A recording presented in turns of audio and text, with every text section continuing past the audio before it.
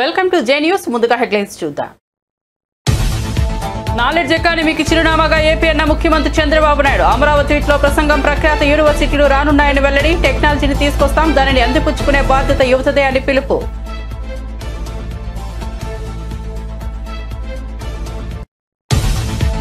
ఎల్కతుర్తిలో కేసీఆర్ ప్రసంగంపై తీవ్రంగా స్పందించిన రేవంత్ రెడ్డి. కేసీఆర్ ప్రసంగం అక్కసుతో ఉందని, స్పష్టత లోపించిందని విమర్శ. ఖజానా ఖాళీ చేసి నిందలు వేస్తున్నారని కేసీఆర్ పై ఆరోపణ. రాహుల్ గాంధీతో తనకు గ్యాప్ లేదని స్పష్టం చేసిన రేవంత్. మావోయిస్టులతో చర్చలకు శాంతి కమిటీ ఏర్పాటుపై జానారెడ్డితో సీఎం భేటీ. చంద్రబాబు నియోజకవర్గంలో వైసీపీకి భారీ షాక్. కుప్పం మున్సిపాలిటీలో టీడీపీకి ఘన విజయం. చిరక్షణంలో 4 వైసీపీ కౌన్సిలర్లు టీడీపీకి మద్దతు. 15 ఓట్లతో చైర్మన్ గా టీడీపీ అభ్యర్థి సెల్వరాజు చైర్మన్ గా ఎన్నిక.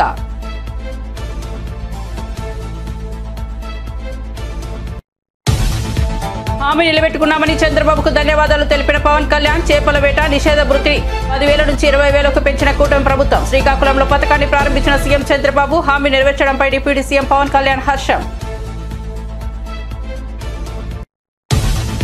సరిహద్దుల్లో ఉద్రిక్తతల వేళ ప్రధానితో రక్షణ మంత్రి భేటీ. ప్రధాని నివాసానికి వెళ్లి మోదీని కలుసుకున్న రాజ్నాథ్ సింగ్. సుమారు 40 నిమిషాల పాటు చర్చలు. మధ్యాహ్నం పార్లమెంట్ స్టాండింగ్ కమిటీ సమావేశం.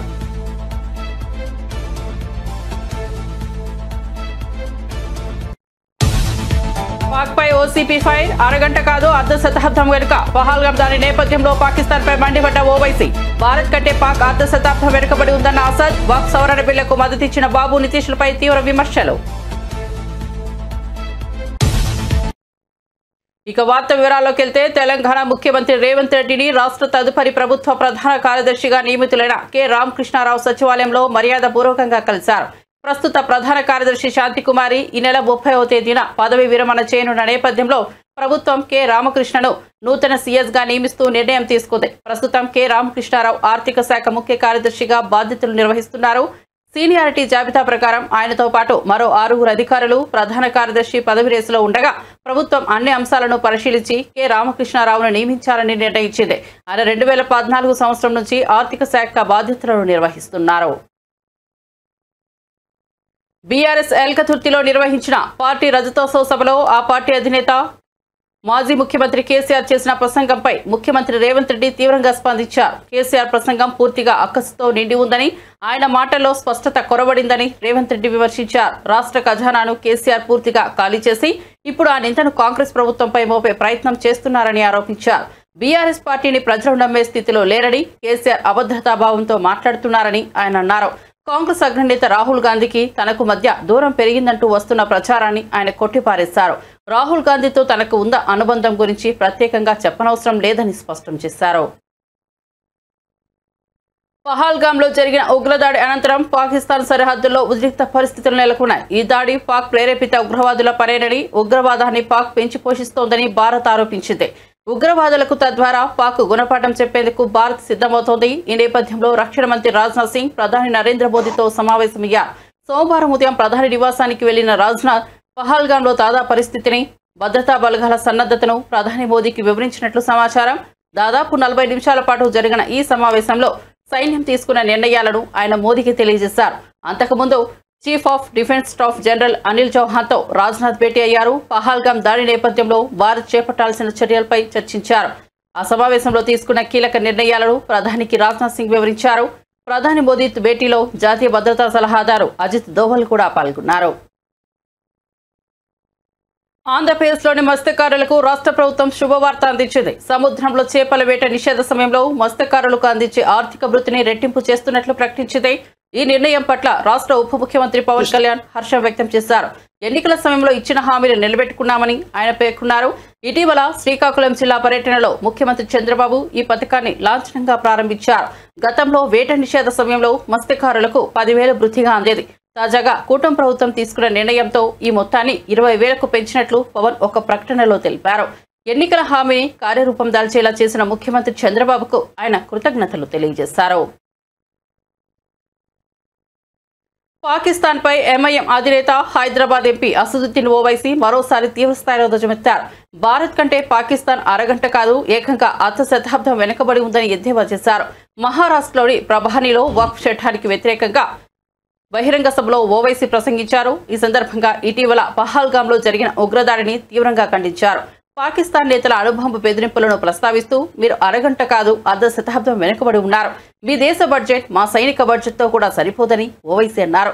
పాకిస్తాన్ పదే పదే తమ వద్ద అణుబాంబులు ఆటం బాంబులు ఉన్నాయని చెబుతోంది. గుర్తుంచుకోండి, మీరు వేరే దేశంలోకి వెళ్లి అమాయక ప్రజలను చంపితే ఏ దేశం మౌనంగా ఉండదని ఆయన హెచ్చరించారు.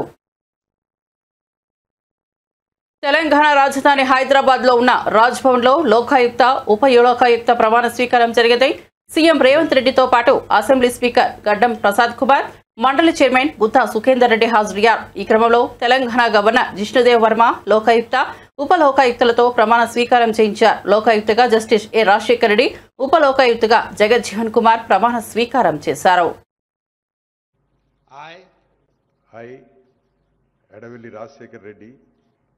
Having been appointed to be Lokayukta, do swear in the name of God that I will bear true faith and allegiance to the Constitution of India as by law established, and I will duly and faithfully and to the best of my ability, knowledge and judgment perform the duties of my office without fear or favor, affection or ill will.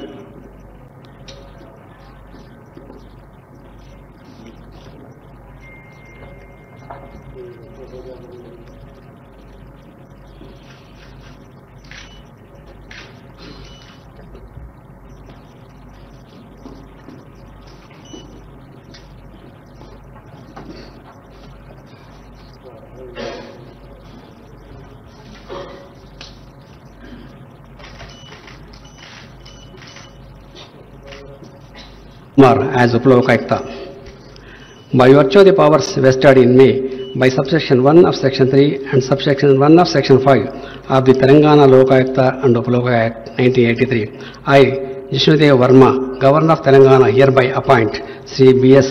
Jagajjeevan Kumar, former District and Session Judge, to be Upa-Lokayukta of the Telangana with effect from the date of his assumption of office, given at Raj Bhavan, Hyderabad, this 6th day of April in the year 2025, in the 76th year of Republic of India, signed Governor of Telangana.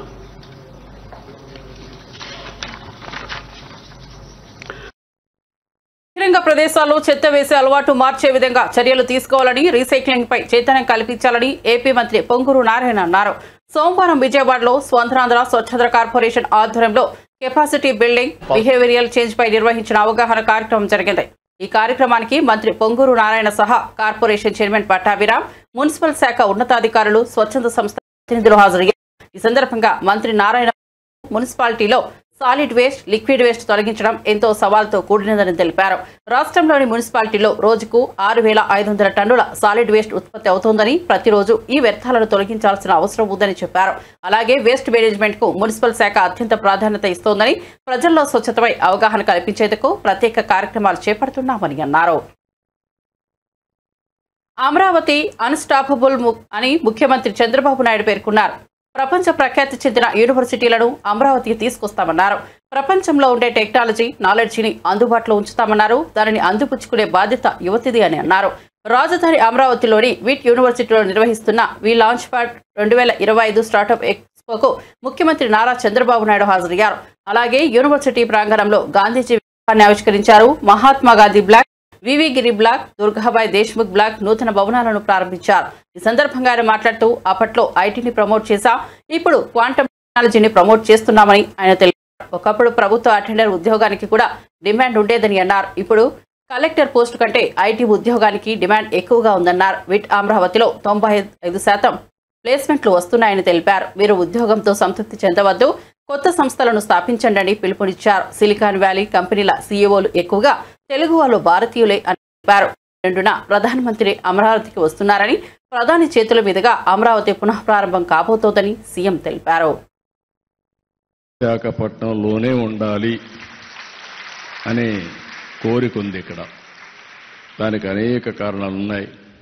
ఒక wonderful place, peaceful place, అన్ని విధాలు కూడా బాగుండే నగరం విశాఖపట్నం. నేను అందుకే ఈ నగరాన్ని ఎప్పుడు కూడా ఒక ఫైనాన్షియల్ క్యాపిటల్గా తయారు చేయాలని మొదటి నుంచి ఆలోచిస్తూ వచ్చినాం. ఇటీవల కాలంలో మీరు చూస్తే చాలా డెవలప్మెంట్ వస్తూ ఉంది. రాబోయే 2-3 సంవత్సరాల్లో మీరు చూస్తే ఒక 5 సంవత్సరాల్లో మీరు ఊహించని మార్పు వస్తుంది. ఎందుకంటే ఇంటర్నేషనల్ ఎయిర్పోర్ట్ వస్తుంది, మెట్రో వస్తుంది. ఇక్కడనే దేశంలోనే ఎక్కువ స్టీల్ తయారు చేసే విశాఖపట్నం స్టీల్ ప్లాంట్, రెండేది ఆర్సీఆర్ మిత్తల్ స్టీల్ ప్లాంట్స్ వస్తున్నాయి. ఇంకొక పక్కన టీసీఎస్ కానీ అదే మరి కాగ్నిజెంట్ ఇలాంటి ఐటీ కంపెనీస్ వస్తున్నాయి.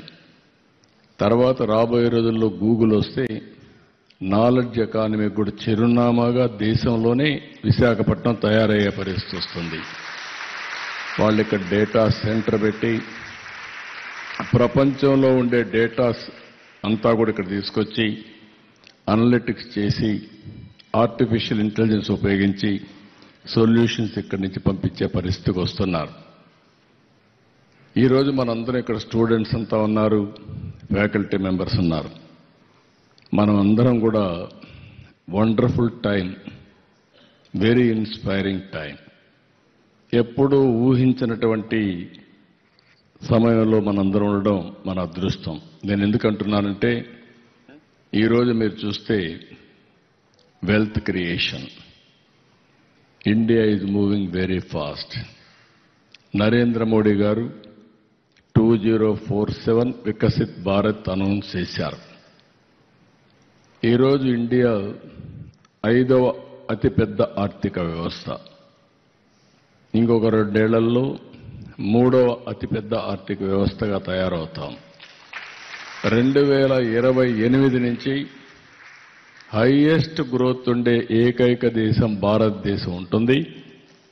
ఆ తర్వాత 2047కి నెంబర్ 1 ఉండాలన్నా నెంబర్ 2 ఉండాలన్నా అది మన చేతుల్లో ఉంది. కష్టపడితే నెంబర్ 1 అవుతాం, లేకపోతే 2లో ఉంటాం, లేకపోతే బై డిఫాల్ట్ ఎటు 3వ ప్లేస్కి వస్తాం. కాబట్టి 3వ ప్లేస్ కంటిన్యూ అవుతుంది. ఇక్కడుండే యంగ్స్టర్స్ మీరు గుర్తుపెట్టుకోవాల్సిన అవసరం ఉంది. ఈరోజు సమాజంలో పెను మార్పులు వస్తున్నాయి. ఒకప్పుడు హార్డ్ వర్క్ చేసేవాళ్ళు, హార్డ్ వర్క్ ఎక్కువ చేసేవాళ్ళు ఎవరంటే దానికి చిరునామా డాక్టర్స్. ఎందుకంటే ఎక్కువ కష్టాలు మీకే ఉంటాయి, ఎక్కువ సమయం ఏపీ ముఖ్యమంత్రి నారా చంద్రబాబు నాయుడు ప్రాతినిధ్యం వహిస్తున్న కుప్పం నియోజకవర్గంలో తెలుగుదేశం పార్టీకి కీలక విజయం దక్కింది. కుప్పం మున్సిపాలిటీ చైర్మన్ స్థానాన్ని టీడీపీ అనూహ్యంగా కైవసం చేసుకుంది. ఎన్నికల ప్రక్రియ చివరి నిమిషంలో చోటు చేసుకున్న నాటకీయ పరిణామాల నేపథ్యంలో వైసీపీకి చెందిన 4 కౌన్సిలర్లు టీడీపీకి మద్దతు పలకడం ఈ విజయానికి కారణమైంది. కుప్పం మున్సిపల్ చైర్మన్ ఎన్నిక సందర్భంగా కుప్పంలో తీవ్ర ఉత్కంఠ నెలకొంది. అయితే ఓటింగ్ ప్రక్రియకు ముందు వైసీపీకి చెందిన 4 కౌన్సిలర్లు టీడీపీ శిబిరానికి చేరుకోవడం రాజకీయ సమీకరణాలను పూర్తిగా మార్చేసింది. దీంతో టీడీపీ బలం ఒక్కసారిగా పెరిగింది. మొత్తం 14 మంది టీడీపీ కౌన్సిలర్ల మద్దతుకు ఎమ్మెల్సీ ఓటు కూడా తోడవడంతో టీడీపీ బలపరిచిన అభ్యర్థికి అనుకూలంగా 15 ఓట్లు నమోదయ్యాయి. వైసీపీ నుంచి కేవలం 8 మంది కౌన్సిలర్లు మాత్రమే ఎన్నికకు హాజరయ్యారు. 100 సంవత్సరస్తుగా ఆయనకి తెలుగుదేశం పార్టీ తరఫున శుభాకాంక్షలు తెలియజేస్తున్నాం. అలాగే సహకరించినటువంటి కౌన్సిలర్ మిత్రులందరికీ కూడా పేరు పేరున హృదయపూర్వక నమస్కారాలు, ధన్యవాదాలు తెలియజేస్తా ఉన్నాం. ఈరోజు చంద్రబాబు నాయుడు గారు కుప్పం నియోజకవర్గాల్లో చేస్తున్నటువంటి అభివృద్ధి రమారమి 1200 కోట్ల రూపాయలతోటి అమరావతికి ఏ కంపెనీ అయితే డిజైన్ ఇచ్చి డీటెయిల్డ్ ప్రాజెక్ట్ రిపోర్ట్ తయారు చేశారో ఆ కంపెనీ తోటి కుప్పం మున్సిపాలిటీకి డిపిఆర్ తయారు చేయించి రాబోయేటటువంటి 100 సంవత్సరాల అవసరాలు తీర్చే విధంగా కుప్పం మున్సిపాలిటీని ఆంధ్రప్రదేశ్ రాష్ట్రంలోనే కాదు భారతదేశంలోనే అత్యంత అద్భుతమైన మోడల్ మున్సిపాలిటీ కింద తీర్చిదిద్దడానికి చంద్రబాబు నాయుడు గారు కంకణ బద్ధుడై ఉన్నారు. చంద్రబాబు సార్కి ఆయనకి పాదాభివందనలు చేస్తూ తిరిగి లోకేష్ గారికి పాదాభివందనలు చేసుకుని ఇప్పుడు అందరినీ నేను మనస్ఫూర్తిగా కలుపుకొని ఈ మున్సిపాలిటీ అభివృద్ధికి ఎంతో నా శక్తి సామర్థ్యంతో పనిచేసి అందరినీ కలుపుకొని నేను సార్కి మంచి భవిష్యత్తుగా నేను రుణపడి నా ప్రాణం ఉండే వరకు నేను ఆయనకి రుణపడి ఉంటాను. మంచిది టీడీపీ నాయకులతో కలిసి అందరికీ మంచిది చేస్తాను. Suresh sir, doctor sir, MLC గారు అన్నగారు, సురేష్ అన్నగారు, పిఎస్ మునరత్నం గారు అన్నగారు, అందరికీ నా ధన్యవాదాలు. మా కౌన్సిలర్లకి అందరికీ ధన్యవాదాలు. నేను నాకు గెలిపించిన కౌన్సిలర్లకు అందరికీ ధన్యవాదాలు. ఈ దాము సోము నాకు ఎంతో రుణపడి నాకు కూడా మంచి చేసినారు. అందువల్ల వాళ్ళకి కూడా ధన్యవాదాలు తెలుపుతూ, కేంద్ర ప్రభుత్వ సంస్థలకు ఎకరాకు 4 కోట్ల చొప్పున భూములు ఇచ్చిన చంద్రబాబు ఇప్పుడు ఊరు పేరు లేని ప్రైవేట్ కంపెనీకి 1000 కోట్ల విలువైన భూములు ఎకరా 50 లక్షలకు కేటాయించారని వైఎస్ఆర్సీపీ ప్రతినిధి మార్గాని భరత్ విమర్శించారు. ఉర్సా కంపెనీ ప్రమోటర్లు నారా లోకేష్ కు సన్నిహితులని ఆరోపించారు. ప్రభుత్వ సంస్థలకు మించిన రేటు ప్రైవేట్ సంస్థకు ఇవ్వడం చంద్రబాబు బినామీల కుట్ర అని అభిప్రాయపడ్డారు. ఉర్సా వ్యవహారంపై ప్రభుత్వం స్పష్టత ఇవ్వాలని డిమాండ్ చేశారు. రాష్ట్ర ప్రజల ఆస్తులను దోచుకుంటున్న కుట్రను ప్రజలు గమనించాలని కోరారు. సంస్థలు మరి ఇవన్నిటికి కేంద్ర ప్రభుత్వ సంస్థలైన ఎల్ఐసి గాని, లేకపోతే ఆర్బీఐ గాని, ఎస్బీఐ గాని, విజయ బ్యాంక్ గాని, కెనరా బ్యాంక్ గాని, హట్కో గాని, గెయిల్ గాని, యూనియన్ బ్యాంక్ గాని, లేకపోతే ఇండియా బ్యాంక్ గాని, స్టేట్ బ్యాంక్ ఆఫ్ ఇండియా గాని, లేకపోతే ఆయిల్ కార్పొరేషన్ సంబంధించిన ప్రభుత్వ సంస్థలు మరి ఇవన్నిటికి మీరు అక్కడ విశాఖపట్నంలో గాని, ఆంధ్ర రాష్ట్రంలో గాని, లేకపోతే మీరు అమరావతి ప్రాంతంలో గాని మీరు ఎకరా సుమారుగా 4 కోట్ల రూపాయలు చొప్పున రేట్ ఖరారు చేస్తే ఊరు పేరు లేని ఈ ఒక ప్రైవేట్ సంస్థ ఓర్సా అంట, ఆ ప్రైవేట్ సంస్థ గురించి కూడా మాట్లాడదాం. ఆ ఓర్సాకి 1000 కోట్ల రూపాయలు విలువ చేసేది మీరు ఎకరం 50 లక్షల రూపాయలకి ఏ బేసిస్లో ఇస్తారని అడుగుతున్నా. ఇక్కడ కేంద్ర ప్రభుత్వ సంస్థలైన వీటికి మీరు ఎకరం 4 కోట్ల రూపాయలు చొప్పున కేటాయిస్తే ఊరు పేరు లేని ఈ యొక్క ప్రైవేట్ కంపెనీలకి ఏ రకంగా దారాదత్తం చేస్తారు? ఇది మీ బినామీలకు ఇచ్చినట్టు కాదా? అసలు దీని చరిత్రలోకి వెళ్తే ఒక్కసారి ఇంకా ఇది కాకుండా చివరికి దేశ రక్షణ వ్యవహారాల్లో అత్యంత కీలకమైన ఇండియన్ ఆర్మీకి సైతము మీరు ఎకరం 1 కోటి రూపాయలకి కేటాయించిన సంగతి మర్చిపోబక్కండి. ఇండియన్ ఆర్మీకి సంబంధించి మీరు ఎకరం 1 కోటి రూపాయలు కేటాయిస్తే ఈ ఓర్సాకి 50 లక్షలు, అందులోనూ 1000 కోట్ల రూపాయలు సుమారుగా ఇవాళ మార్కెట్లో విలువ చూసుకుంటే 3000 కోట్ల రూపాయలు ఆ యొక్క భూమి విలువ ఉంటుంది. దాన్ని మీరు 56 ఎకరాలు ధారాదత్తం ఏ రకంగా చేస్తారని అడుగుతున్నా. ఇది కాకుండా ఐటీ పార్క్ లో 3.5 ఎకరాల స్థలాన్ని ఎకరం 1 కోటి రూపాయల చిల్లరకి ఏ రకంగా ఇస్తారండి? ఇప్పుడు నేను ఒక ఐటీ కంపెనీ పెడతాను, నాకు ఇస్తారా? నేను ఐటీ కంపెనీ, నాకు చాలా మంది ఫ్రెండ్స్ ఉన్నారు, ఇస్తారా? ఎట్లాగా ప్రభుత్వము ప్రజల సొమ్ముని ఏ రకంగా అన్యాయంగా అక్రమంగా ఈ రకంగా చేస్తారని అడుగుతా ఉన్నా. ఇంత దారుణమా? అసలు ఇప్పుడు దీని యొక్క వివరాల్లోకి వెళ్తేనండి, ఈ నారా లోకేష్ గారు అసలు ఈ ఓర్సా కంపెనీ ఎప్పుడు స్థాపించబడింది, దీనికి నారా లోకేష్ గారు ఎప్పుడు అమెరికా వెళ్ళాడు, ఈ ప్రమోటర్స్ ఎవరు, దీని గురించి కూడా ఒక్కసారి మాట్లాడదాం. ఇప్పుడు చంద్రబాబు నాయుడు గారి పుత్రుడైన ఎలక్ట్రానిక్స్ మినిస్టర్ గారు, IT electronics minister Nara Lokesh గారు 2024 అక్టోబర్లో అమెరికా వెళ్ళాడండి.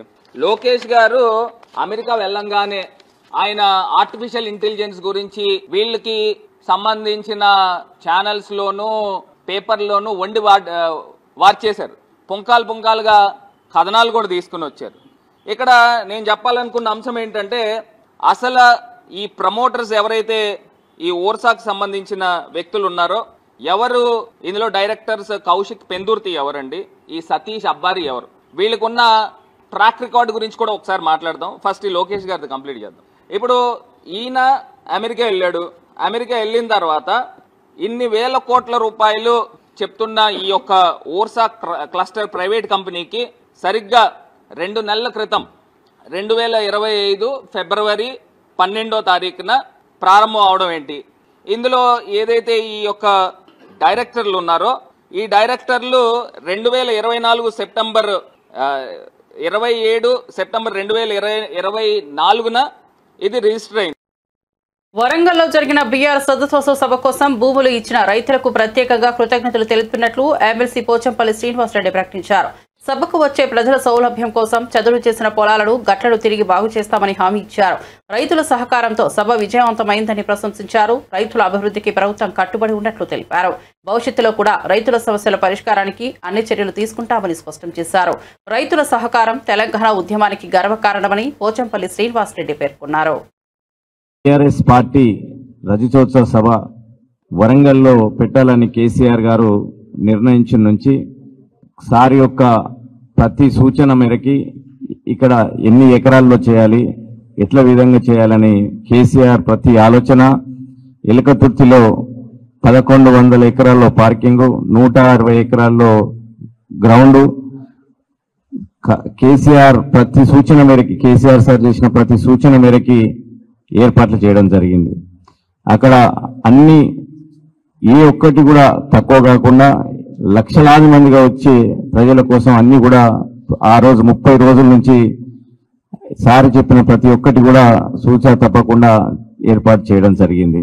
అక్కడ రైతులు ఒక్క మాట మీదకెళ్ళి కేసీఆర్ కోసం సభ కోసం అనుడితోటే ఇన్ని వందల ఎకరాలు ఇచ్చిన ఆ రైతులందరికీ కూడా నిజంగా ధన్యవాదాలు. అదేవిధంగా అక్కడ సహకరించినటువంటి రైతులు అక్కడ పొలాలు వేసినాం కాబట్టి ప్రజలందరూ కూడా నడుచుకుంటూ వచ్చారు కాబట్టి కొన్ని గిట్లు పోవడం కానీ ఇంకా వేరే విధంగా కానీ అక్కడ నడవడానికి కాలువలు కానీ ఏమైనా ఇబ్బంది అయితే ఖచ్చితంగా అవన్నీ కూడా రీస్టోర్ చేసే బాధ్యత మా ముగ్గురిది. ఖచ్చితంగా మేము సతీష్ బాబు నలుగురిది. మేము ఖచ్చితంగా వాటిని ఏదైతే అక్కడ ఇబ్బంది జరిగిందో వాటిని నార్మల్ గా తీసుకొచ్చేంత వరకు మా సభ అయిపోయింది, సక్సెస్ అయింది, మా పని అయిపోయిందని మేము అనుకుని అది లేదు. ఖచ్చితంగా అక్కడ మళ్ళీ పాత పొలాలు ఎలా ఏ విధంగా ఉండేనో ప్రతి పొలం గెట్టు మొత్తం మళ్ళీ నార్మల్ అయ్యేదాకా మళ్ళీ మాదే బాధ్యత. మేము ఖచ్చితంగా అవి చేస్తాం. మీరు సహకరించిన రైతులందరూ కూడా ధన్యవాదాలు, పేరు పేరున ధన్యవాదాలు చెప్తున్నాం. ఇబ్బంది జరిగింది, వాటిని అన్నిటిని కూడా రీస్టోర్ చేసే బాధ్యత మా మీద ఉంది. ఖచ్చితంగా అవి చేస్తామని ఈ సందర్భంగా తెలియజేస్తున్నాం. బీఆర్ఎస్ రథోత్సవ సభలో పోలీసులు పూర్తిగా అధికార పార్టీ చెప్పు చేతుల్లోనే పనిచేశారని మాజీ ఎమ్మెల్యే పెద్ది సుదర్శన్ రెడ్డి ఆరోపించారు. సభకు కేవలం 4 పోలీసులు మాత్రమే అందుబాటులో ఉన్నారని, లక్షలాది మంది ప్రజల బలను గాలికి వదిలేశారని ధ్వజమెత్తారు. వేల మంది పోలీసులను మంజూరు చేశామని కాగితం మీద ప్రకటించినా మైదానంలో పట్టుమని 10 మందిని కూడా చూడలేదన్నారు. ప్రజల సభకు రాకుండా రేవంత్ అండ్కో చేసిన ప్రయత్నాలు విఫలమయ్యాయని, కేసీఆర్ సైనికులు ముందు జాగ్రత్త చర్యలు తీసుకున్నందువల్ల సభ గ్రాండ్ సక్సెస్ అయిందని పేర్కొన్నారు. ప్రజలే స్వచ్ఛందంగా వచ్చారని అభిప్రాయపడ్డారు. చరిత్రాత్మకమైనటువంటి ఈ సభలకు వేదికైనటువంటి ఓరుగల్లు ఖ్యాతిని రాష్ట్ర వ్యాప్తంగా దేశవ్యాప్తంగా కీర్తి ప్రతిష్టలు మరొకసారి మరి రావడానికి ప్రయత్నించినటువంటి అందరూ కూడా మరొకసారి సహకరించినటువంటి అందరూ కూడా నేను మరొకసారి విజ్ఞప్తి చేస్తున్నాను. వారికి కృతజ్ఞతలు కూడా తెలియజేస్తా ఉన్నాను. ఒక మాట చెప్పాలంటే నిన్న పోలీసులు అయితే పూర్తిగా దిగజారుడు వ్యవస్థ, మొత్తం అధికార పార్టీ చెప్పుచేతులనే పోలీసు వ్యవస్థ పనిచేసింది. ఎక్కడ కూడా లేరు. 2000 మంది పోలీస్ సెక్యూరిటీ ఇస్తామని చెప్పిళ్ళు. నిన్న మీరే ప్రెస్ మిత్రుల సాక్షులు. 2000 మంది పోలీసులు ఎక్కడున్నారో ఒకసారి ఆలోచన చేయాలి. కాగితం మీద చూపెట్టింది తప్ప ఎక్కడ కూడా 2000 మంది పోలీసులు కాదు కదా. ఎక్కడ కూడా పట్టుమని 10 మంది కూడా ఎక్కడ కూడా అవుపడలేదు. నిన్న 5 గంటలకే వరంగల్ రోడ్ ప్రెజర్ ఉంటుందని చెప్పి మేము చాలాసార్లు చెప్పినాం, వ్రాతపూర్వకంగా ఇచ్చినాం.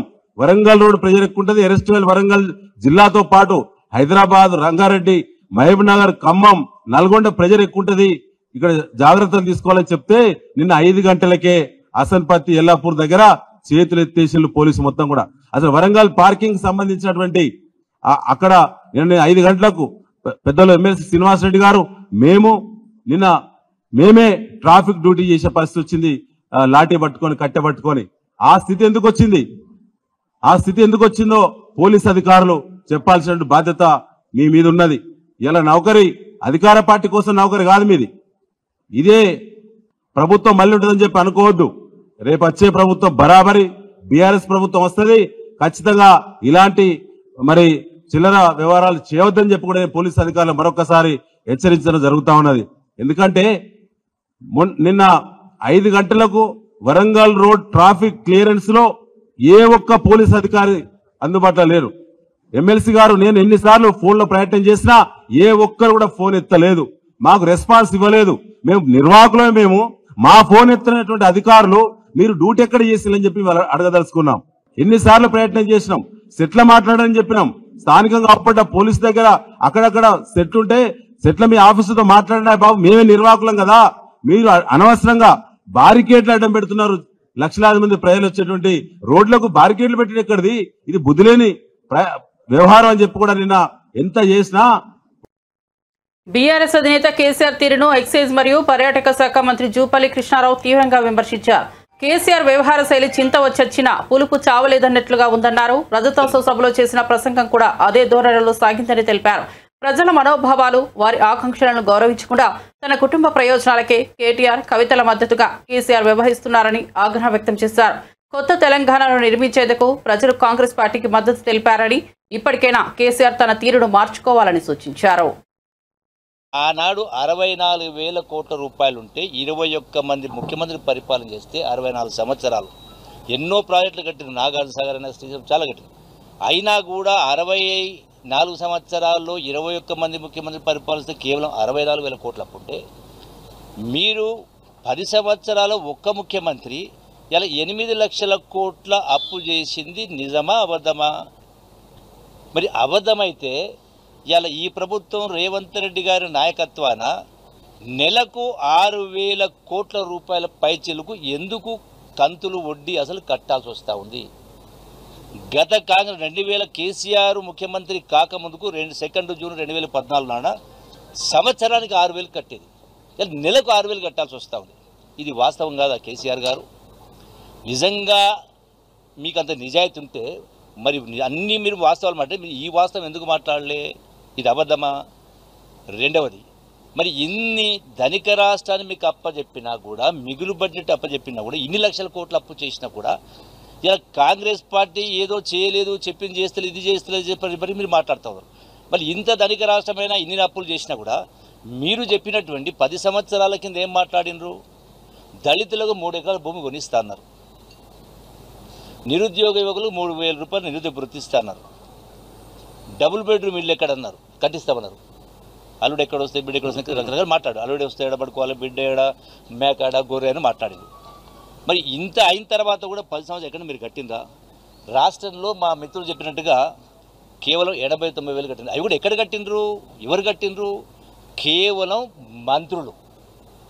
అంటే కేసీఆర్ గారి ఇలాకాలో, కొడుకు సిరిసిల్ల ఇలాకాలో, అల్లుడు హరీష్ రావు గారి నియోజకవర్గంలో అట్లా 5-6 ప్రాంతాలు 7 ప్రాంతాలు మాత్రమే, అది కూడా ఇరిగేషన్ కాంట్రాక్టులు 1,000 కోట్ల కాంట్రాక్టులకు ఇస్తే వాళ్ళు కట్టించే కార్యక్రమం చేయడం జరిగింది. అంటే మరి మిగతా వాళ్ళు ప్రజలు కాదా? మరి మీరు కట్టలేకపోయినరు, ఎందుకు చేయలేకపోయినరు? ఈనాడు కాంగ్రెస్ ప్రభుత్వం చెప్పింది అంటే మీరు ప్రారంభం చేసిన 10 సంవత్సరాల నుంచి మీరు చేసిన ఏ ఒక్క స్కీమును కూడా ఈ ప్రభుత్వం ఏదైనా తిన్నింటి వాసాలు లెక్క పెట్టడం కేసీఆర్ కు వెన్నతో పెట్టిన విద్య అని పిసిసి చీఫ్ మహేష్ కుమార్ గౌడ్ విమర్శించారు. గాంధీ భవన్ లో మీడియాతో మాట్లాడిన ఆయన నిన్నటి బీఆర్ఎస్ రజతోత్సవ సభ అటర్ ఫ్లాప్ అయిందన్నారు. తెలంగాణకు first and last villain KCR అని విమర్శలు చేశారు. కాంగ్రెస్ భిక్షతో కేసీఆర్ ముఖ్యమంత్రి అయ్యారని, ఇప్పుడు కాంగ్రెస్ ప్రభుత్వ అభివృద్ధిని చూసి కేసీఆర్ కి గుండెల్లో గుబులు మొదలైందన్నారు. 420 హామీలంటూ విమర్శిస్తున్న కేసీఆర్ మీ 10 ఏళ్ల బీఆర్ఎస్ పాలన 15 నెలల కాంగ్రెస్ ప్రభుత్వ పాలనపై చర్చకు సిద్ధమా అని సవాలు విసిరారు. మాట్లాడిన తీరుని, ఆయన బీజేపీ పార్టీని వెనుకొచ్చిన తీరుని, వెనకేసి వచ్చిన తీరుని తీవ్రంగా విమర్శిస్తూ ఉన్నాం, ఖండిస్తూ ఉన్నాం. నిన్న వరంగల్లో జరిగిన మీటింగ్ విస్కీ బాటిళ్ల మీటింగ్. అది నాకెవరో మిత్రులు చెప్తా ఉన్నారు, పొద్దున్న లేస్తే జనానికన్నా ఎక్కువ విస్కీ బాటిల్లే ఉన్నాయి అక్కడ అని. మహిళలు కనబడలే నిన్న మీటింగ్లో. కారణం విస్కీ బ్రాందీకి వాళ్ళు లోకలే కాబట్టి మహిళలు ఎవరు రాకుండానే మీటింగ్ జరుపుకున్నటువంటి సందర్భం. నేను మీ ద్వారా కేసీఆర్ గారికి, బీఆర్ఎస్ పార్టీకి ఛాలెంజ్ విసురుతా ఉన్నాను. సమయం మీదే, వేదిక మీదే. మీరు ఎప్పుడంటే అప్పుడు చర్చకు సిద్ధం. మీరు 10 సంవత్సరాలుగా తెలంగాణ రాష్ట్రానికి ముఖ్యమంత్రిగా చేసిందేమిటి, మేము 15 మాసాలుగా మా ముఖ్యమంత్రి రేవంత్ రెడ్డి గారు తెలంగాణకు చేసిందేమిటో చర్చించుకుందాం. వేదిక మీరే నిర్ణయించండి. ఫామ్ హౌస్కి వెళ్ళి బయటకు వచ్చి ఎప్పుడంటే అప్పుడు వేదిక మేము వస్తాం, మీరు రండి, చర్చించుకుందాం. దిగిపోయిన తర్వాత కూడా అబద్ధాలతో ప్రజల్ని మభ్యపెట్టే ప్రయత్నం ఏదో చేస్తూ ఉండ కేసీఆర్, ఇది మంచిది కాదు. దేశ చరిత్రలో ఒక రాజకీయ కుటుంబం అత్యంత తక్కువ సమయంలో అత్యంత ఎక్కువ ప్రజాధనాన్ని దోచుకున్న కుటుంబం ఈ దేశంలో ఏదైనా ఉంది అంటే అది కేసీఆర్ కుటుంబము. మరిన్ని అప్డేట్స్ కోసం చూస్తూనే ఉండండి జే న్యూస్.